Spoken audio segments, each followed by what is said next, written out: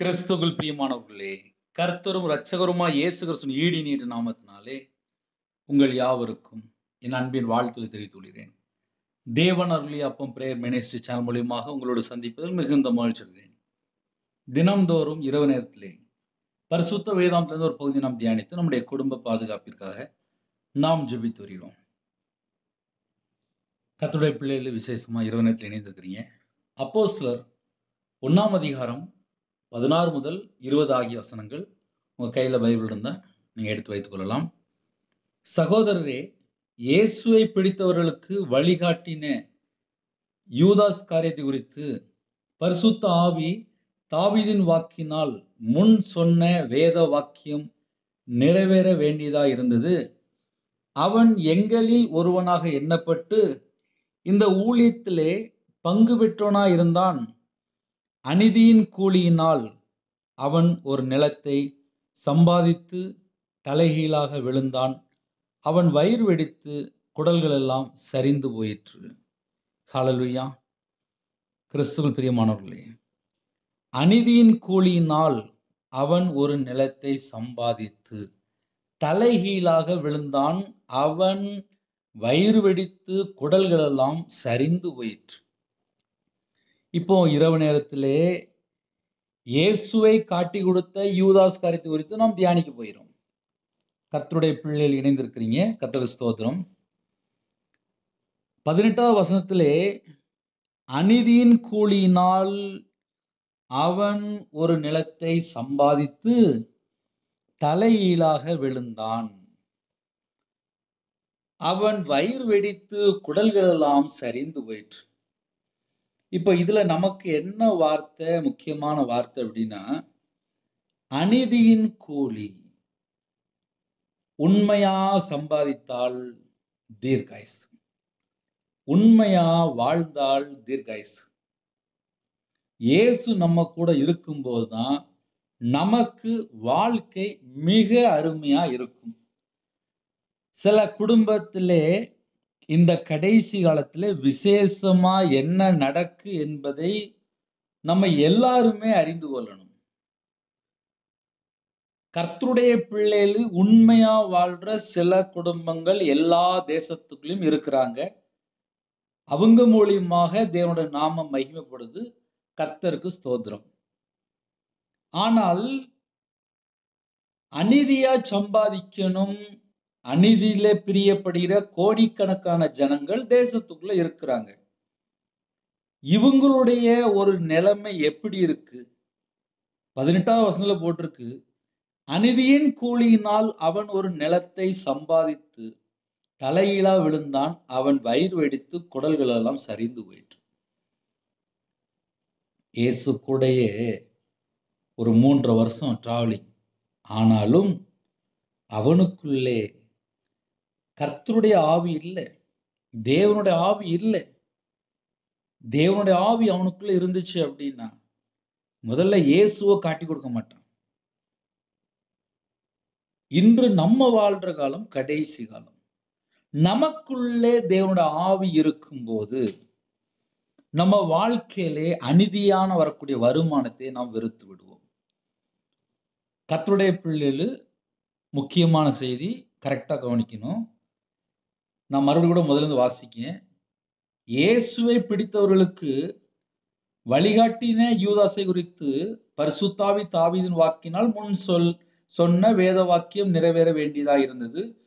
அவன் எங்களில் ஒருவனா எண்ணப்பட்டு இந்த ஊழியத்துல பங்கு பெற்றவனா இருந்தான்.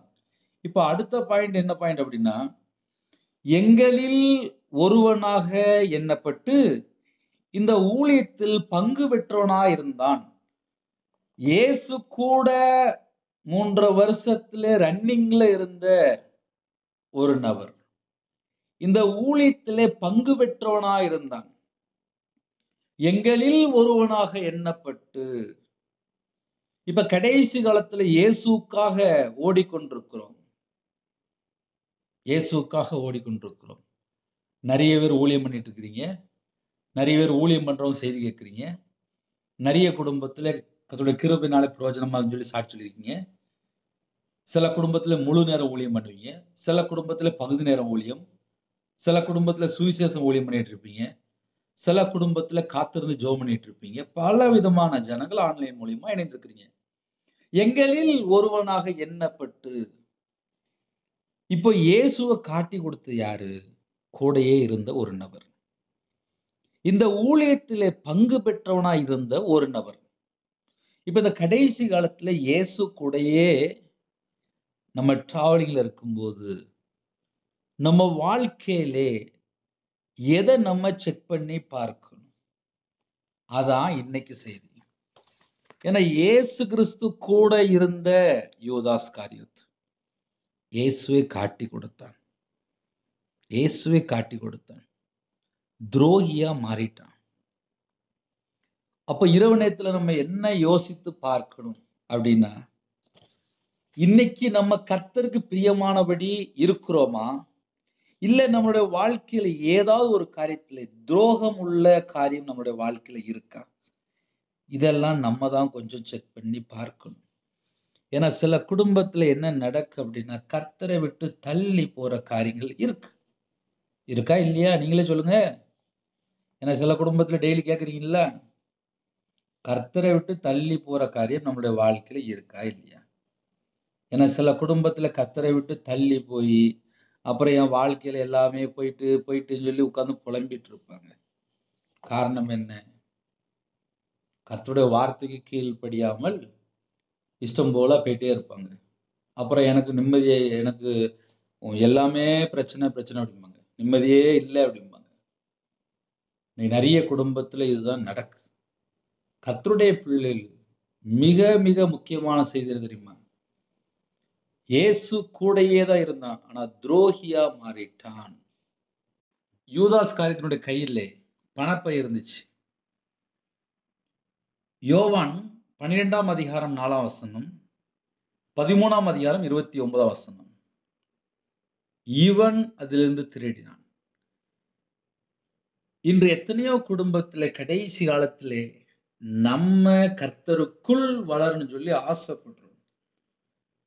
இன்னைக்கு வீட்டுக்குள்ள என்ன நடக்கு அப்படின்னா, வீட்ல 4 பேர் இருப்பாங்க. செல்ஃப்ல எங்கேயோ பணம் வச்சிருப்பாங்க. சட்டை பையில பணம் வச்சிருப்பாங்க. அது மெதுவா போய் திருடிருவாங்க. நெறைய வீட்டுக்குள்ள இதெல்லாம் நடக்கும். ஒரு பக்கம் பார்த்தா காட்டி கொடுப்பாங்க. இன்னொரு பக்கம் பார்த்தா துரோகியா இருப்பாங்க. இன்னொரு பக்கம் பார்த்தா திருடுற ஒரு கேரக்டர் இருக்கும். இதெல்லாம் சில வீட்டுக்குள்ள இருக்கும், வெளிய தெரியாது. மரியாள் இயேசுவின் பாதங்களில் தைலத்தை பூசினபோது, இவன் அவளில் குற்றம் பிடித்தான். யோவான் 12ஆம் அதிகாரத்துல எழுதப்பட்டிருக்கு.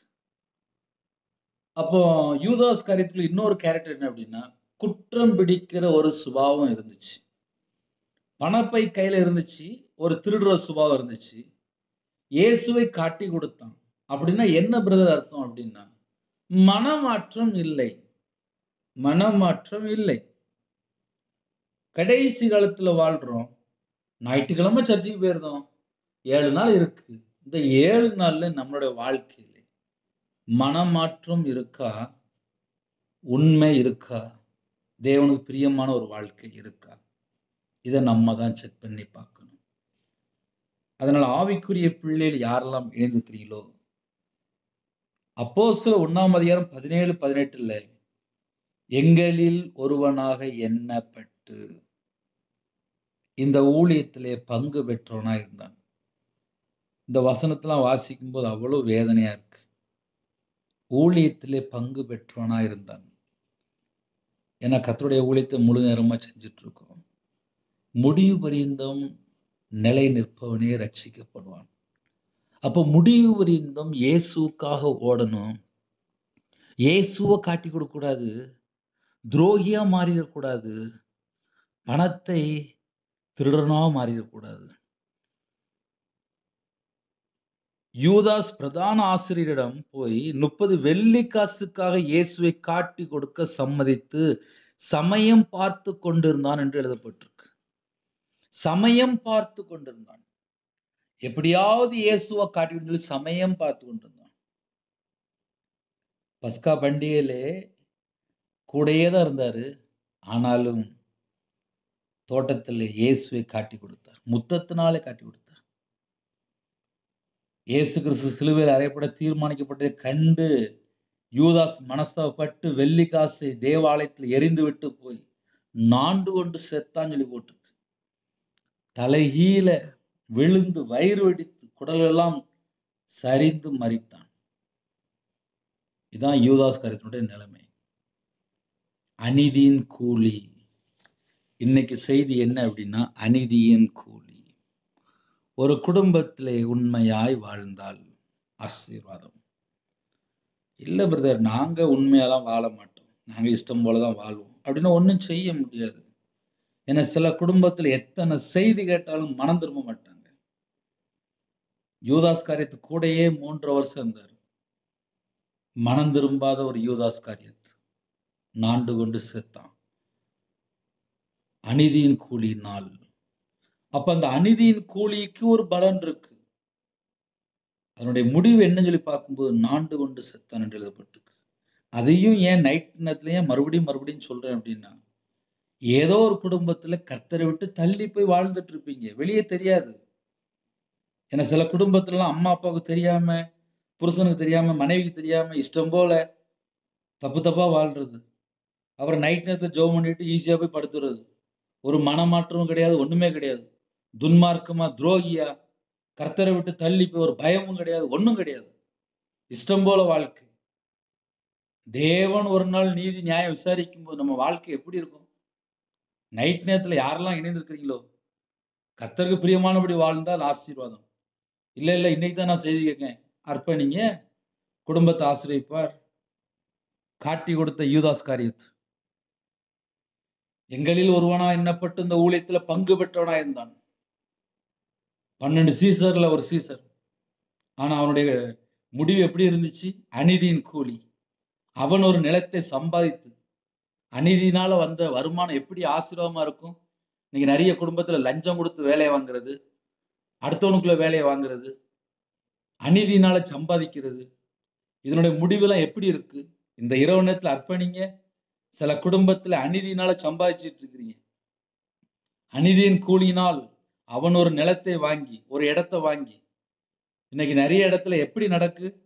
தப்பு தப்பா சம்பாதிக்கிறது, தப்பு தப்பா சொத்தை வாங்குறது, அது எல்லாம் அநீதி தானே. அநீதியின் கூலியினால் அவன் ஒரு நிலத்தை வாங்கி, அதுக்கப்புறம் அவனுடைய வாழ்க்கையிலே அடுத்த வேர்டு என்ன போட்டுருக்கு அப்படின்னா, கம்மா போட்டு ஆரம்பிச்சிருக்கு. தலைகீழ விழுந்தான். அப்படின்னா என்ன அர்த்தம் அப்படின்னா, அநீதியினால நம்ம எதெல்லாம் வாங்குறோமோ அதுக்கப்புறம் வாழ்க்கையில உயர்வு இருக்காது, அதுக்கப்புறம் வாழ்க்கையில ஆசீர்வாதம் இருக்காது, அதுக்கப்புறம் செழிப்பு இருக்காது. தலைகீழ விழுந்தான், அவன் வயிறு வெடித்து குடல்கள் எல்லாம் சரிந்து போயிற்று. தலைகீழ விழுந்தா வாழ்க்கை அவ்வளவுதான், முடிஞ்சது. வயிறு வெடித்து அதுக்கப்புறம் தான் தண்டனை எல்லாம் உள்ள வருது.